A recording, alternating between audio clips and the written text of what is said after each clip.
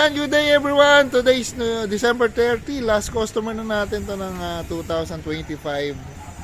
Ayan o. Ilan ba? Isa, dalawa. Tatlo lang pala, tatlo. Ito yari na to kagabi pati. Pakita natin sila sir. Taga Paumbong. May dalang Aerox B3 sir no. Kahapon sir nagpunta po kayo sir no. Buti sir umuwi kayo sir. Kasi 10:30 na kami nangyari yung last customer eh. Sila sir waiting. Buti napag-decide na bumalik na lang. So yan. Kanino pa ba yung Aerox B3 sir? No? Ano po, Carlo. Ano niyo po si sir? Yung tatay po niya po. Boss niyo po yung tatay niya. So, sino ba nagturo sa inyo rito sir? Kaya nagturo po sa amin dito eh. Dito na pa install sir. So, yun. Ano po ba name sir? Pangalan po. Pangalan mo po. Ikaw po, ano pangalan mo? Gado. Si Sir Gado. Sir, thank you sir ha. Yeah, tapos sa next customer, pakilala natin. Ito po. Ito naman. ABV 160. Ano po ba name ni sir? Sam. First time dito sir? First time, yeah. Ay, saan mo nalaman shop namin sir? Nag-chat ako, nag-post ako dun sa page ng ABB 160 Philippines. Ayun, isa sa mga nalagunenta nila na trusted mechanic. Malapit pa sir. Malapit pa rin. Ito, Boss Nelson. Ay, thank you sir. Pinagkatiwala ko sa kanya yung ABB. Ayun, thank you sir. Baka may shoutout ka sir, Sam. Shoutout sa mga katropa sa NLEX. Ayan, dito na kayo magpagawa. Trusted dito. Ay, sige sir, thank you po sir ha. So, pakita natin yung motor ni Sir Sam. Eto, ayun yung drive. Meron si sir dalang ilaw na X7, saka, ano ba ilaw niya? Busina na PIA. Tapos naka crash guard. So, kakapit lang natin dito wiring. Saka, wiring ng busina, saka bracket ng busina. Tapos yun, yung mga switches niya, okay na. Tapos, syempre, yung gagawin natin dito, no, ating mag-spice ng electrical tape. Yan, eto naman kay Sir Riz, iniwanan to kagabi, pero dana tayo rito. Honda ADB 160 with Lightning Senlo X1 GT, saka PIAA. Sir, pakita ka sir. Ano mo name ni sir? Patrick po. Kapangalan ng gumagawa si Patrick. Bago lang yung motor mo sir? Bago lang. Apo. SP ba yan? Standard no? Standard lang po. Para madaling setup. Pangalawa na po. Yung una po sa tatay ko po Nagpagawa na kayo rito sir, before. NMAX naman sir. Uy, nakaharap pa rin kayo. Baka may shoutout ka sir. Shoutout sa kuya ko. Girlfriend mo shoutout mo rin. Wala ba? Ay, wala pa. Wala pa po. Kuya mo, nagmumotor din. Ayun, shoutout kayo sir. So, busina lang sir. Apo. Ilaw sir, ayaw mo pa. Susunod na po. Sige sir, thank you sir. Ito motor ni sir, poging Yamaha NMAX na V3. Ganda rin ang kulay nito eh. Sabi siya, yung labas niya araw, hindi ko pala labas. So ayan, okay na pala to. Busina na to eh.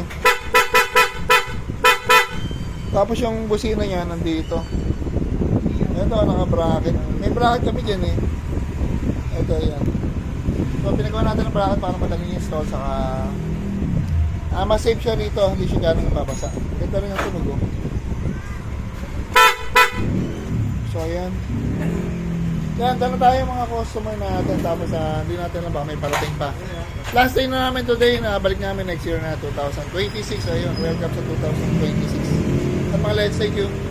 Yan, bigyan na natin to. Pangalawang customer natin. Honda ADV 160 na puti. Ito maputi rito. Dalawang puti na. Dalawang puti, isang itim, isang red. Ayun, puro ADV. So, kinabit natin dito, meron si Sir dala na Senlo X7. Ilang wire yan? Tatlo lang, hindi apat. Tapos, PIAA, nilagyan natin ng selector. Kapabusinan natin, nagmamagaling. Nakatapos na daw siya. So, pag may selector, pwede nyo gamitin yung stock horn. Saka yung PIAA. Tapos, ginawa na natin ito ng bracket na clamp type para sa crash guard. Disadvantage lang minsan nung may crash guard, minsan mabibrate kasi nga itong mili nga sa baba lang. Pogi may ilaw na yun, di ba? Pailaw mga pogi. Kaya nga, yung wiring nito, no, ating mas spicy mo electrical tape, wala tayong kinakat na wire, wala tayong splice. Kaya Maski pa warranty nyo, pwede nyo tanggalin yung mga kabit. Walang nasira sa wiring, under warranty pa rin. So yan, kakabit na lang. Ano kakabit na lang dito? Kaya na po. Yung bracket na lang ng clamp type, tapos ada na tayo. Ito, pakita natin. Ito naman, ilaw lang, pambiyahe yata nila sir eh. Lalagyan natin dito yung ito. Yan, 100 watts na MDL para solid ang liwanag. Busina next na daw. Tapos ito yung kagabi, iniwanan to nila sir, pangalan no? Aris. Ayan o, meron siyang X1 GT. Sa maliliit na ilaw, isa to sa maliwanag na pwedeng nakatago kasi maliit lang siya. Pwede siyang nakalagay sa ilalim ng headlight. Tapos busina nito, PIA with selector. Ito ba susi nito, Pogi? Busina natin. May selector ba to? Wala pala, no? Ah, nice switch. Ito pala. Ayan, no? Pagka tinas natin ito sa gabi, lalo sa kalsada, maliwanag yan. May demo video kami na to last night. So, yan. Wala na. Makita natin si Sir. Sir, pakita nga kita, Sir. O, kalasan mo yung motor mo, Sir. Papakarbon. Ayun, kakarbon load. Ano gagawin naman dyan, Sir? Palit lang mo ng MDL. Ano may ilaw mo, Sir? Maliit, no? Tapos magano lang ng 80 watts. Parang dati naka-bracket na external, pinatago. Tapos binalik ko sa loob. Yun. Ay, bawal pa si ma'am? Bawal po? Di naman. Bawal po ba sa video? Di naman. Hindi ba? Babalikan kita man sa video. So ito, dati naka-external bracket, pinatago. Ngayon naman, malaking ilaw naman. Ay, ano ba boss? Medyo hindi makompleto sir. Watts. May ilaw ka sir, dito ka bibili sir. May ilaw ka sir. Isa lang mo. Ayun, may pasalubong si sir. Hi. Ano kalinay mo sir? Arnel. Utol ni sir. Kuya Jing. Ayun, si Sir Jing. Kamusta Sir Jing? Marami ng motor yun sir. Magaling sa motor. mapakali. Ba, may shoutout ka sir, pang New Year. Sige sir ha. Saka City Hall. Aba. Ayun, City Hall, Manolo City Hall. Sir, pakita ko kay sir. Sir. Ayun, sila sir. Ay, si sir muna, hindi ko napakita sa video. Napakita na tangin na sir. Sir, ginagawa na sir. Si madam, saka si sir, nagbiyahe ng walang ilaw. Nagpunta kayo ng December 24. Opo. Nasa bakasyon pa ako nun, isa kasarado kami. Saan kayo nagbiyahe nun, sir? Benguet po, Benguet. Baguio. So, madilim, sir, no? Madilim eh. Malaking bagay talaga, sir, pag may ilaw, sir. Ano nga name mo, sir? Nixon po, Pastor Nixon. Pastor po. Saan po kayo, pastor? Sa United Methodist po, sa Cavite. Marami kami pastor na customer, naka-big bike pa nga eh. Naka-V-Strom, kumalolos. Ako, mga mahilig din mag-motor. Ano mga nag-ride. Si madam, ano po name? Aiza po. Aida? Aiza. Aida? Aiza. Aida?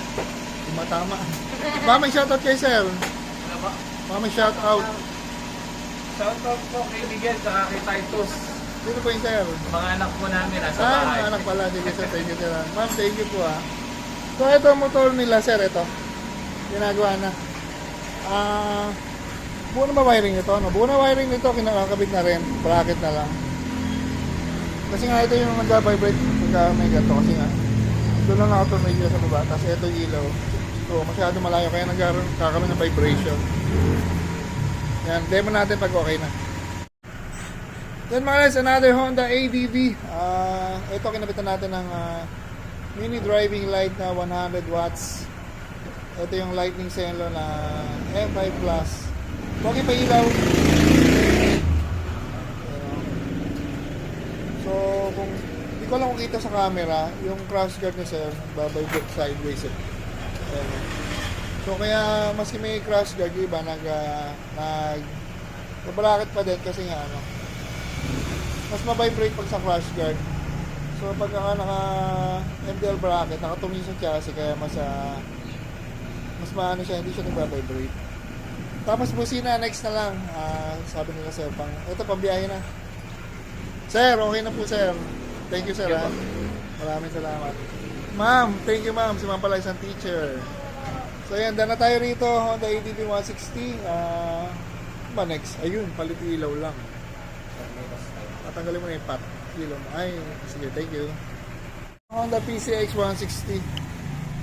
Dati natin kinabitan to ng ilaw. Kaso napundi yung kalahati. Pagka hindi umilaw yung kalahati, tapos gawa namin, malamang na may problema sa MDL, either yung LTD or yung DARAS. Kasi pag nagkabit kami nakahinang, kaya hindi pwedeng mawala yung isang side lang. Pag nawala yung isang side, may problema na. Tapos nagpalit lang kami ng left switch, saka yung... Ito pati right switch, pinalitan dyan. Parang hindi mo kasama siya. Hindi mo kasama siya. So, ilang na yung pogi. Yan o. Hindi, okay na yun. So, yun, tama tayo rito sa wiring namin. Wala ka problema yan. Minimal lang ang ayusin. Hindi na kailangan i-rewire. So, yan, dyan na tayo. Thank you.